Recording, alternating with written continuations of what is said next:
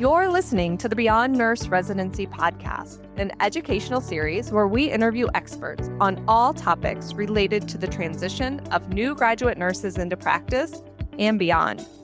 I'm your host, Nicole Weathers, Director of the Iowa Online Nurse Residency Program. Thanks for joining us. Let's jump in. So over the last several episodes, we've been talking a lot about kind of these key ingredients that drive real engagement for nurses, what helps them feel connected, confident, committed to their practice. And actually, just yesterday, I had the opportunity to conduct a focus group on this very topic. And one of the themes that came up over and over again in every single group was safety. Not just being physically safe, although that's super important, but psychologically safe. So feeling like we can ask questions, admit when we're unsure, speak up when something doesn't quite feel right, and professional safety. So there was a lot around appropriate staffing, reasonable patient ratios, systems that really support nurses, even when they're floated to unfamiliar departments or caring for new populations. So this month's topic couldn't be more timely. We're going to talk about safety this month, what it is, why it matters, how it shapes confidence for new graduates, and hopefully how it influences engagement and retention, and what leaders can do to really begin to cultivate safety on their units and across their organizations. So to help explore all of this, I'm joined today by Dr. Heidi Gilroy. You may remember Dr. Gilroy from season 1, where we talked about trauma-informed professional development. We are so excited to have you back, Heidi. Thank you so much for joining us today. Thank you for having me. I'm excited to talk about this very important topic. So why don't we start off by just having you kind of introduce yourself to our listeners in case they didn't meet you in season 1. My name is Heidi Gilroy. I feel like I've done all kinds of things in nursing practice. I've done pediatric critical care, and then as you do in nursing, I went to the very opposite end of the spectrum and did some public health. I've worked in research. I've worked in leadership. I've done a lot with professional development. And so as a result, I kind of have all of these different clinical and leadership background experiences. And I've been able to really put some things together that I think can help nurses really be safe and more effective in their practice. So I'm excited to share some ideas with you today, and continue this conversation we started in season 1, talking about trauma-informed professional development. In addition to hearing you speak about trauma-informed professional development, you had an article, it's been a few years, I think, about this idea of safety in healthcare and the importance of the different types of safety. So maybe we should start kind of there, kind of laying the groundwork around safety and what it is that we're talking about and what it all really does encompass when we're talking about safety for nurses in healthcare. Yeah, in the last several decades, we've really made amazing strides in enhancing safety for patients. So we have moved towards this zero harm concept, which really, back when I started it as a nurse, seemed so far-fetched and maybe even an impossible goal. But we really are showing that we can provide care in a way that is safe for patients and that we don't harm them. Just this week, we celebrated our medical intensive care unit for 2,000 days without a CAUTI.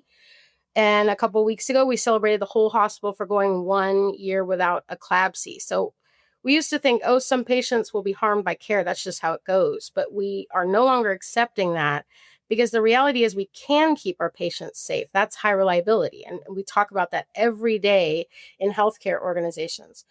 But when we talk about high reliability and zero harm, we sometimes forget about one important group, and that's the clinicians. And nurses are definitely included in that, a big part of that. But really all the clinicians that are working in healthcare. Just like patients, clinicians deserve the reassurance that they will not be harmed just because they're inside of a hospital or a clinic or other type of healthcare organization.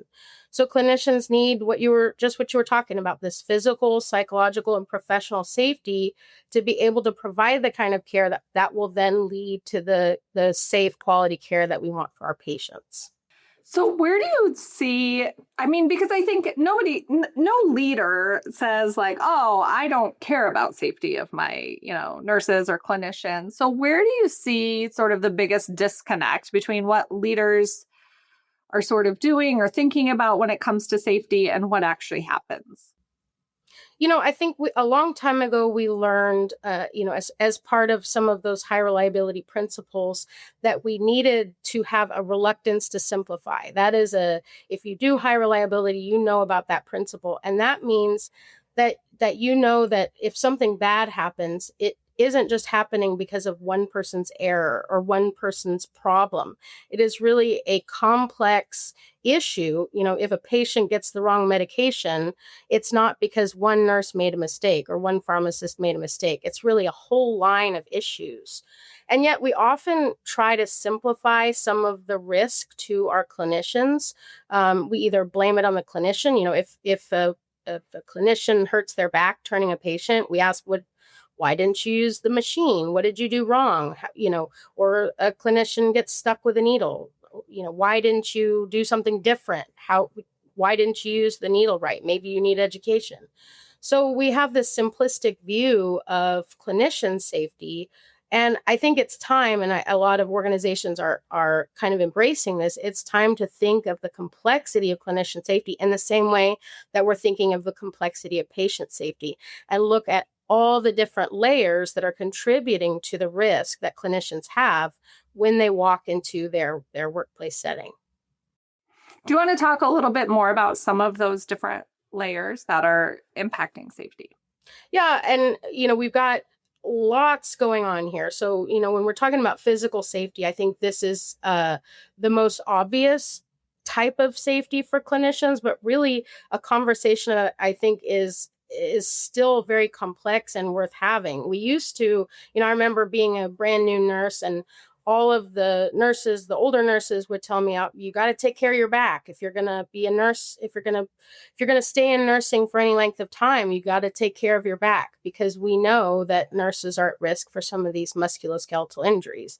So we've done a good job of creating structures around the nurse to make sure that they don't have those. So we've got safety equipment now. We've got training. We've got different types of teams that can come in and help us move patients. And so lots of different things are going on to help us with that physical safety.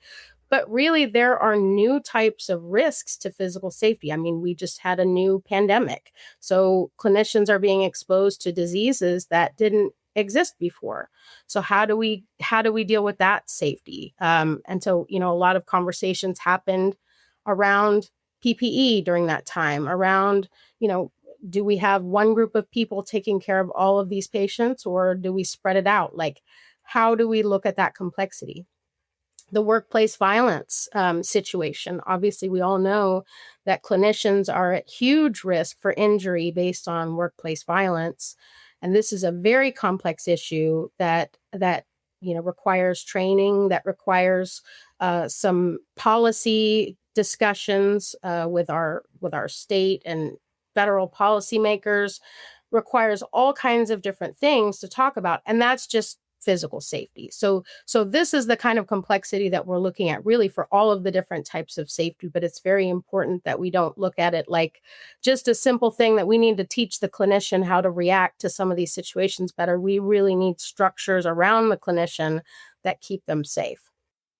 So you've hit on physical safety. Let's talk a little bit now about psychological safety, professional safety. Like, can you explain a little bit more about what those two terms mean, and sort of how they show up in the workplace? Sure.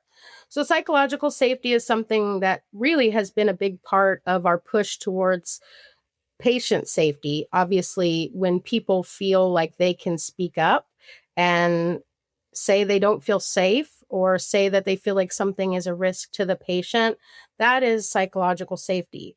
We need that same kind of safety for staff that feel like their safety is at risk as well. And thinking about these things like workplace violence incidences. How does a clinician speak up about situations that they feel like are dangerous to them as a staff member? So that psychological safety is really that ability to speak up and really feeling like something's going to happen as a result of you speaking up.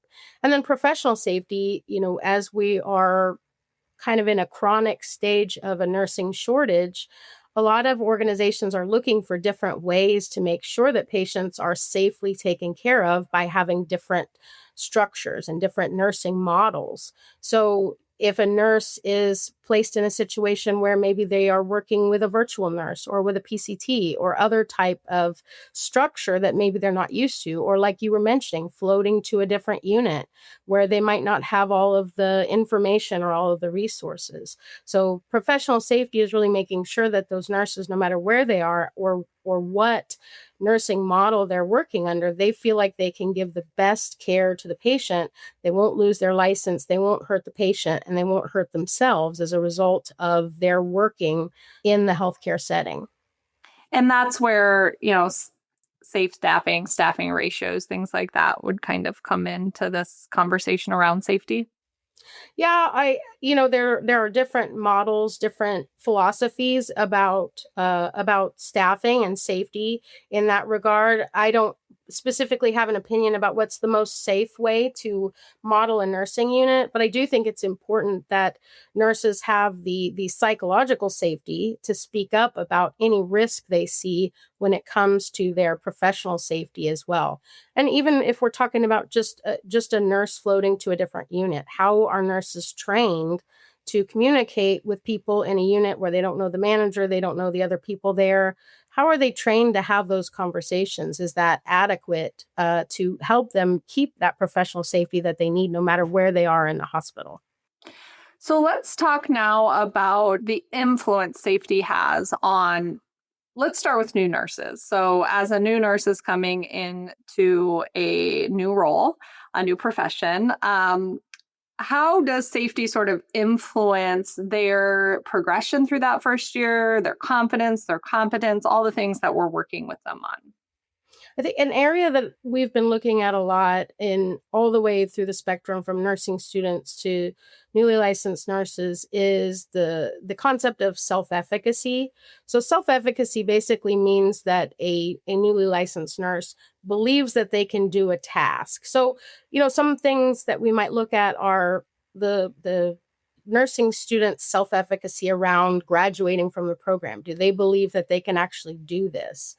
Or even something very simple, does the nursing student or does the newly licensed nurse believe that they will be able to do a specific task?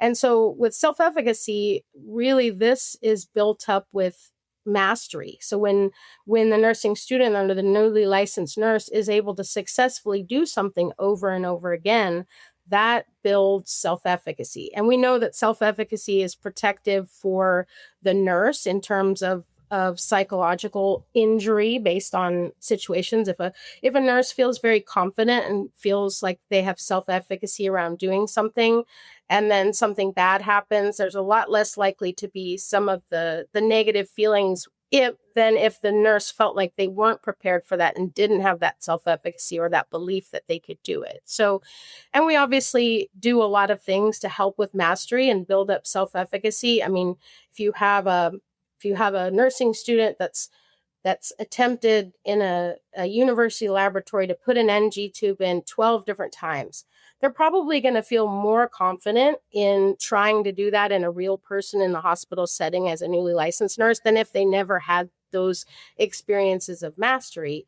And then if the first time they're putting it in a real person are successful, then once again, that mastery is going to help them to believe that they can do it in the future. If that first attempt at putting the NG tube in a real person is not successful, then they're probably going to need a lot more support going forward to try to do that skill again. And that is the same for all types of different skills. It can be as simple as putting IV tubing together to something very complex, running a code and stuff like that. So when we think about mastery, it's a lot easier to have mastery in a safe environment. So let's just give a scenario where you have a newly licensed nurse that's getting ready to put their first NG tube in, and their preceptor has 12 patients and is in 6 different directions and really doesn't have time to help them. So kind of runs in the room, throws the stuff at them, runs out of the room, says, well, you did it 12 times in the laboratory, so you should be able to get this done. And because of that lack of kind of professional safety, that likelihood of mastery probably goes down, even if the newly licensed nurse has the same kind of skill setup and knowledge setup. So we can think about the safety of our organizations as really encouraging mastery for these newly licensed nurses. When they have a safe place to grow, then they're more likely to have success when they come upon these new different skills. And when they're trying to walk through a problem, they're more likely to ask for help to address that problem. They're more likely to ask questions and speak up and do all these different things. So that increases that mastery, that increases then their self-efficacy. And as a result, our patients get better care and our newly licensed nurses really are healthier. So it really sets up an environment where our newly licensed nurses can really grow and succeed and really want to stay in our profession. So it's extremely important for our newly licensed nurses, probably even more so than some of our more experienced nurses. I think that's such an interesting way to sort of think about it because, we do get questions from site coordinators, residency coordinators on, how can I help make my new nurses competent quicker or more confident? And they're always looking for, I think, very tactical, skill sessions, things like that as a way to get there. And so I think it's really interesting to kind of think about it from a safety lens on how actually improving professional safety, improving psychological safety is actually a way to grow mastery and self-efficacy. So when we think about engagement, broader lens, and ultimately retention, how do you see the relationship between safety and engagement and retention fitting together? I think we've known for a long time that safety is an important piece. I mean, the American Association of Critical Care Nurses put a lot of that in their healthy work environments model, have done a lot of work measuring that and then figuring out how those things relate to retention and satisfaction and engagement and all of those different things. And then even thinking about the original magnet model, which was based on the forces of magnetism, which measured how certain hospitals kept nurses, attracted and kept them in their organizations. And a lot of that had to do with both patient safety and nurse safety. So I think for a long time we've kind of intuitively known that this was the case. When people feel safe, when they know that their patients are safe as well. I mean, nobody wants to work in an organization where the patients are not having good outcomes. So they don't want to work in organizations where nurses are not having good outcomes either. So I just think now we're starting to put more of a focus on it. I think we've kind of figured out how to keep patients safe, and now we're moving on to figuring out how to keep our clinicians safe as well. And I think, you're identifying that improving safety can actually improve mastery, self-efficacy, and kind of the connection there with competency as well, right? And so sort of and when we're more competent, we're a more safe practitioner, and it almost feels like it's this loop that feeds one another. Certainly, I think that you build on safety. I mean, we know just from trauma-informed professional development work, thinking about safety as a principle of that, if you are having psychological symptoms, if you have something like post-traumatic stress disorder because of an event that was very frightening, and you're in an environment where you're still frightened, obviously you're not going to recover from that. So that's kind of a dramatic and medical example. But I think the same can be said for if someone got freaked out in their, clinical setting by something that happened and that never gets resolved, they never feel safe in that clinical environment. It's hard for them to really move on and succeed. And I think that's why we see a lot of people leave the profession, because they never find that safety that they're looking for. So if you're looking at a unit and all three of these types of safety are present, what does that environment look like? Or what does that unit sort of look like? What are some key indicators? So one of the areas that I think you'll see is a lot more involvement in like professional governance or nurses taking control of their environment. We found this in the patient safety literature when people started doing interventions to increase patient safety. A lot of times the variance reports or the reports of errors, the reports of bad things happening to patients actually increased. So we thought to ourselves, oh no, like these interventions that we're doing are actually making patients less safe. But that's not what was actually happening. What was happening is that people felt more comfortable to talk about it.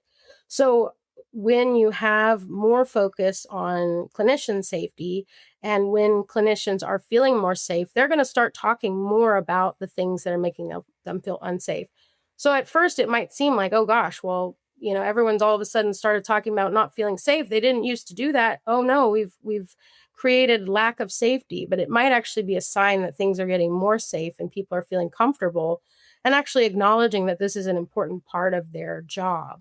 And certainly we'll see also some measurable changes. I mean, probably your absenteeism rate is going to go down. People actually want to come to work when people are so overwhelmed and frightened to go to work, that you'll take any reason to call off. But if you feel very comfortable at work, then you'll see that absenteeism go down. Certainly your engagement scores, and I know that our ability to measure different aspects of our employee engagement are going up with some of the new tools that we have. So looking very carefully at specific outcomes of our employee engagement scores can be helpful. And things like you were saying, turnover, when we are able to retain more nurses, that's a great sign that nurses are feeling safe in their environment. So, if we now kind of talk about leaders, whether these are MPDs or unit department leaders, organizational leaders, what are some effective ways that they can, begin to take small steps towards improving safety in their areas? Yeah, I have a lot of concerns for nurse leaders right now. I think that as we went through the COVID-19 pandemic and there was a lot of focus on clinicians and trying to keep them safe, uh, that focus didn't kind of translate to the management team, and I do have concerns about managers and their own safety. So I think thing number one is that managers have to take control of their own safety as well. And I think that's important for two reasons. First of all, it's kind of role modeling. So when the nurse manager is safe and is role modeling some of the psychological safety, professional safety, speaking up when they're seeing something that they don't think is right, taking care of their physical health in a very positive way.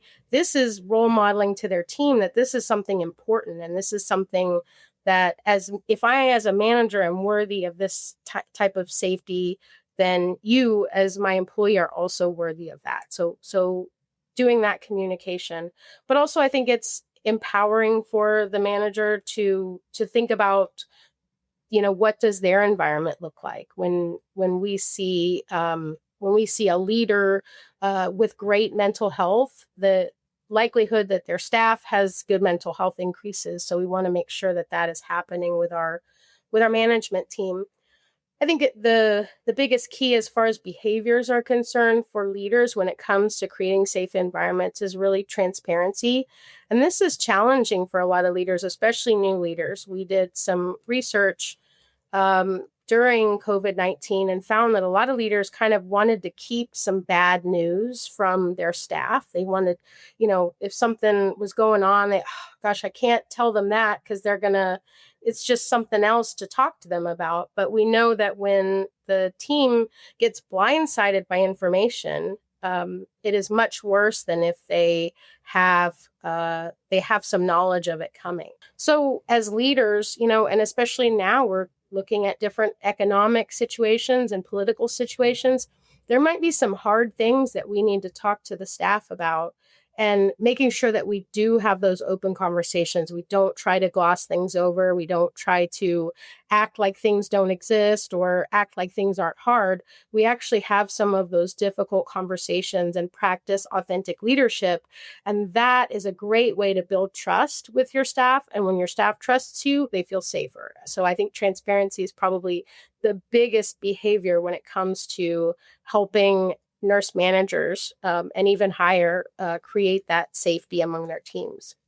So even the certainty about uncertainty, even knowing that there's uncertainty. So even if you don't have the answers or you don't know what's going to happen or you don't know what it's going to look like, I hear you saying that even just sharing that with the team, that you're kind of certain that there is a lot of uncertainty here, is helpful. I think so. And we think about this with like newly licensed nurses. So, if we are having a group of newly licensed nurses come into a facility, it could be that we don't know what shift they're going to work on, or we don't know who their preceptor is going to be, or their preceptor might have to change, or we might have to adjust the class times, things like that. So we want to make sure that we're giving our newly licensed nurses as much information as we possibly can. But I think you make a good point that when we can't give them the information, when we just don't know, it's better for us to say, hey, we're not sure yet. This is probably coming in the future, and we'll give you the information as soon as we have it. And if you just continue to have those touch points with them, then they'll know that as soon as you know, you're going to tell them because you've built that trust up with them. So transparency, authentic leadership helps build trust, which in turn drives safety. What are some leadership behaviors that maybe unintentionally undermine safety? Like, even though we have really good intentions, this is actually maybe backfiring a little bit. So I have to say, this is probably the most counterintuitive part of leadership and creating safety. But if you are too gentle of a leader, you can actually undermine some of the safety in your unit. So just as an example, let's say that you are a nurse manager and one of your employees makes a very serious error, but you know that this person is going through a divorce or something's going on in their life, and you're like, oh, I can't have a conversation with them. I can't, put something else on them that's going to cause them problems. So you don't hold that nurse accountable. And then a series of things happens. You're trying to do that nurse a favor, but you've actually created a lot of uncertainty and a lot of lack of safety for not just that nurse, but also everyone in your unit. So that nurse is kind of sitting there waiting for whatever's going to happen to happen. They know that they've done something wrong, but you're avoiding the conversation with them. So they're not sure. So they go home every night and are like, is it going to be tomorrow that we're going to have the conversation? Am I going to be written up? And then the staff sees, well, this person made this terrible error and nothing's happened to them. So that's not fair. And that seems risky and unsafe. And then when they're thinking about, okay, I need some help with my patient, can I trust this person over here? Can I trust anybody? Because the manager's not holding them accountable. So I think a lot of managers try to be gentle with their teams, and they actually create problems by not holding people accountable.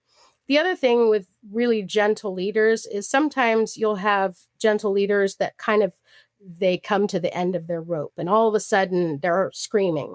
And this can be very disruptive and challenging and really alter the safety of your team as well. Because once again, when they know what to expect from you, if you are always kind of a certain way and then suddenly you're a different way today, it creates this uncertainty that causes them to have stress. So really holding folks accountable, being consistent, and doing these different things is much more important than trying to be kind to people and be gentle in a way that really can backfire. That is so interesting because I was not expecting you to say that. Trying to, be super nice, and I don't want to upset the apple cart, and I don't want to, come down too hard on anybody, and I just want everybody to like me, and kind of we see leaders like that, right? And so to think that has impact on safety, and you did such a great job explaining how that kind of dominoes all of these other reactions or actions and really eye-opening, I think, for not just me, but I'm sure our listeners are kind of thinking the same thing, because we always think of that a positive thing, right? Kindness, and kind of that gentle nature. Yeah, and you think about this in parenting too, as you're raising a child, giving boundaries is the most freeing thing you can do for that child, because they know exactly what they're allowed to do, and what is safe for them to do, and they don't have to question what they're supposed to be doing right now, because you have given them good boundaries, and so they can be free to occupy that whole space. But if there are no boundaries, then they're not sure where they cross the line, or what becomes dangerous. And I think it's the same for staff. If they don't have those boundaries in place, or the boundaries move, then they don't feel safe, because they're not sure what they're supposed to be doing. I was just thinking too, like the consistency there, as I'm thinking about my own kids and parenting. And, if it's not okay today, it can't be okay tomorrow, right? Like you always have to continue to be consistent, and where those boundaries lie, and where do the consequences come in. And sometimes I think that's a difficult thing to do, probably for some of those middle managers where they have lots of irons in the fire, so to speak. It can probably be challenging sometimes to remain consistent in that space.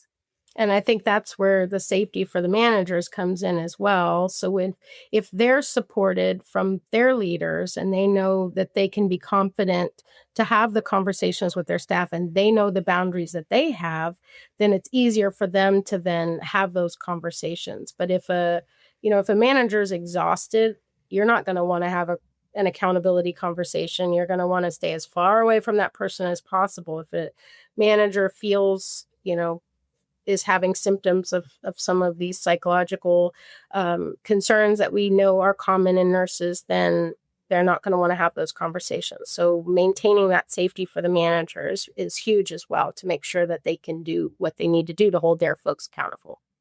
Okay, so kind of changing the focus here a little bit, and thinking into the future. What shifts do you think we need to make in the next 5-10 years to truly build support for our workforce?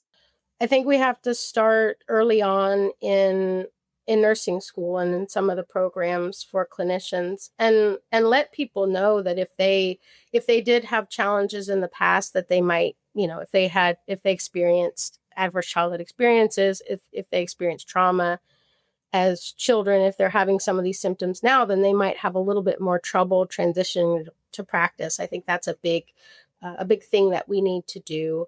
I also think, as I mentioned, looking at employee safety through a more complex lens, just like we look at patient safety, is essential. We have to be able to think of all the different, if we think of patient safety in the Swiss cheese model, when the holes align, that's when something bad happens. So we are now looking at all the Swiss cheese slices for patient safety, trying to find those holes, trying to close those holes up. We haven't done the same thing for clinician safety. So where are the slices? Like, do we have clinical pathways for people coming into the emergency room with a psychiatric emergency? Do clinicians know exactly how to react to take care of that patient, to make sure they're safe, the patient is safe, and the clinician is safe at the same time?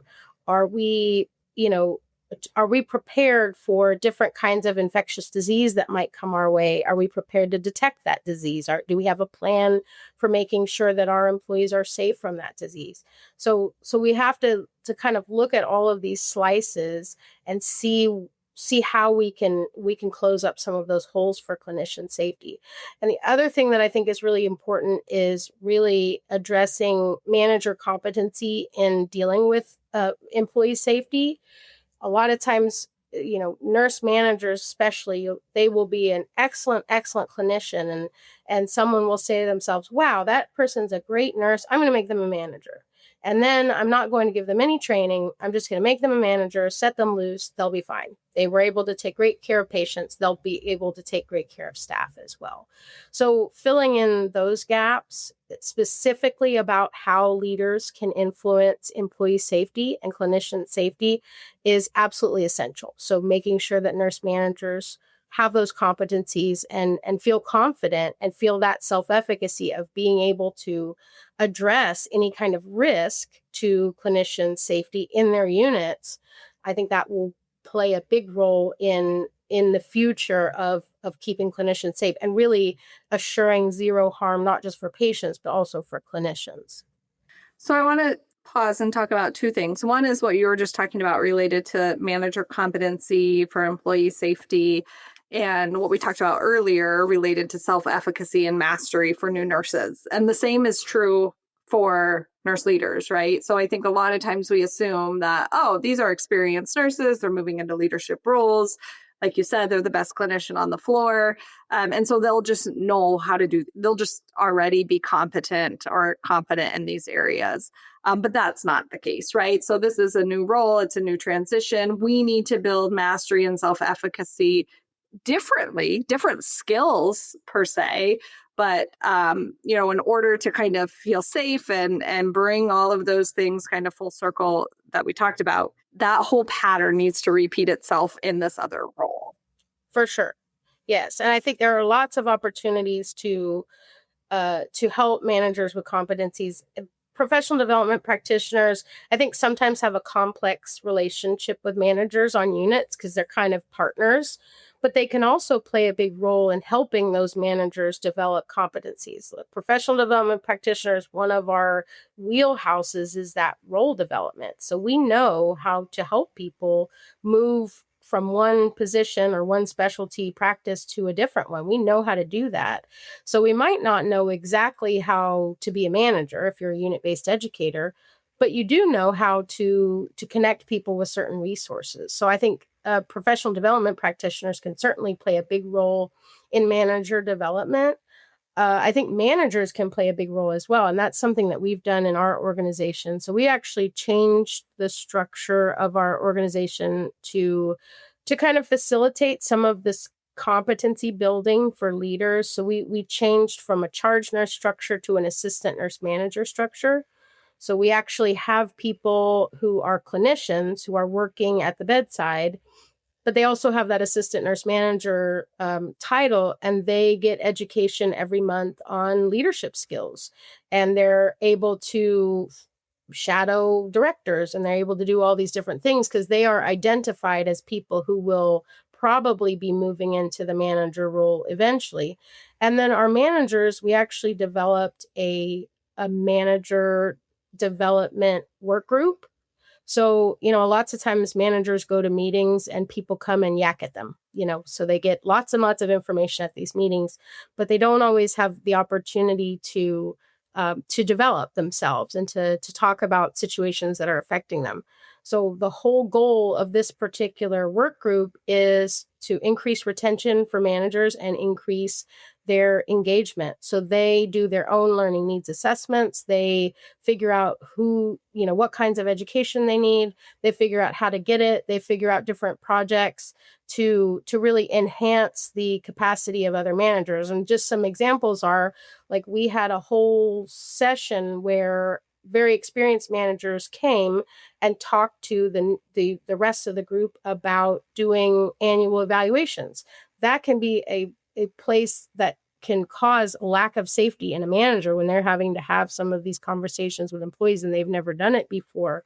So being able to get the information from an experienced manager increased their self-efficacy, and then they were feeling much more comfortable when they came into those conversations, which probably made the conversations a lot better, which then ended up increasing safety for their staff. So these are some different things, and it doesn't take a lot of time. We spend an hour and a half every month doing these things, but we don't have turnover among our managers, except for those who have been promoted to director. We've had a couple of those, and they have very high engagement scores. So, just having them come together and concentrate on how can we as a manager group work together to make sure that we retain our managers and we increase our engagement, that can be a huge, a huge plus for managers. And obviously that has effects on staff and patients as well.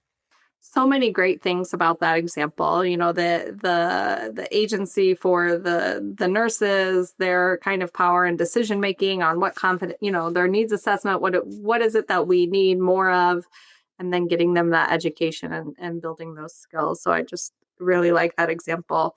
Well, Heidi, this has been such a great conversation. I think we've talked about so much as far as, different types of safety, why it's important, how it impacts things like confidence and engagement, and then some really great ideas of where to start. I very much appreciate this conversation, but before we go, like I ask all of our guests, what's one strategy that you have seen organizations use that has been making the biggest difference when it comes to safety, and something you wish more organizations would adopt?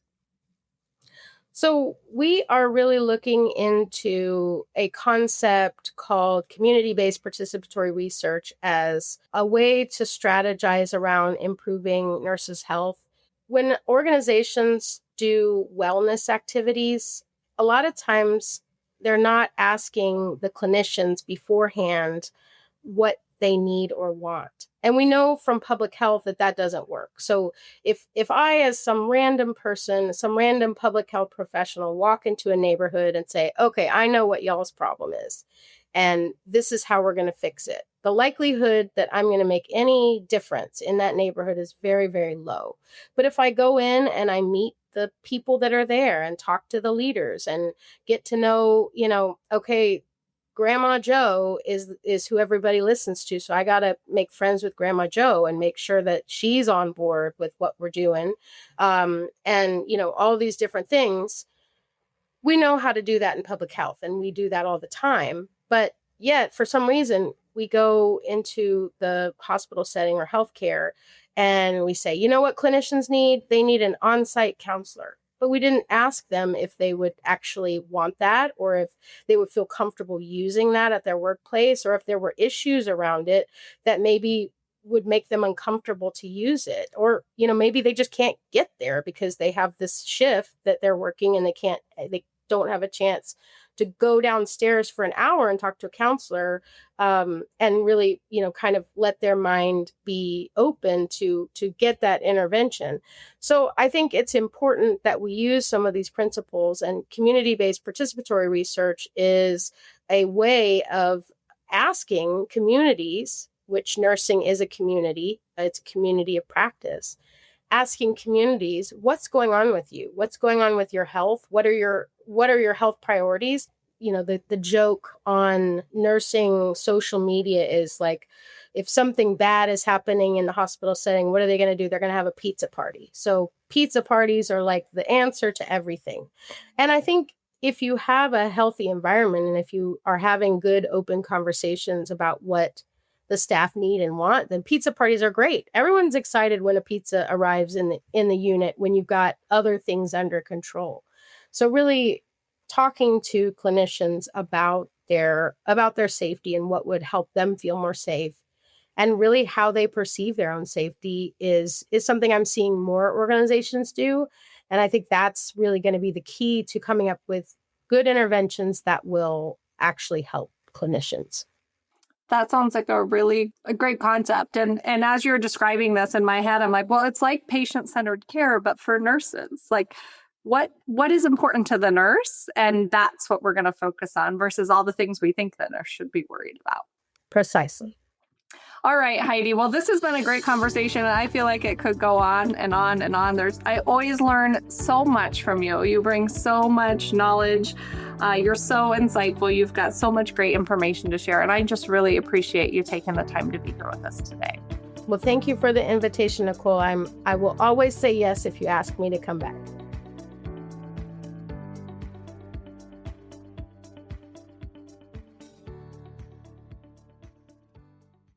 Wait, before you go, I want to make sure you know all about our suite of resources you can use to support your new graduate nurses. This includes our Academy, a coaching program designed for organizations as they prepare for the implementation and ongoing sustainability of a nurse residency program. Work one-on-one with residency program experts to make sure your organization is residency ready.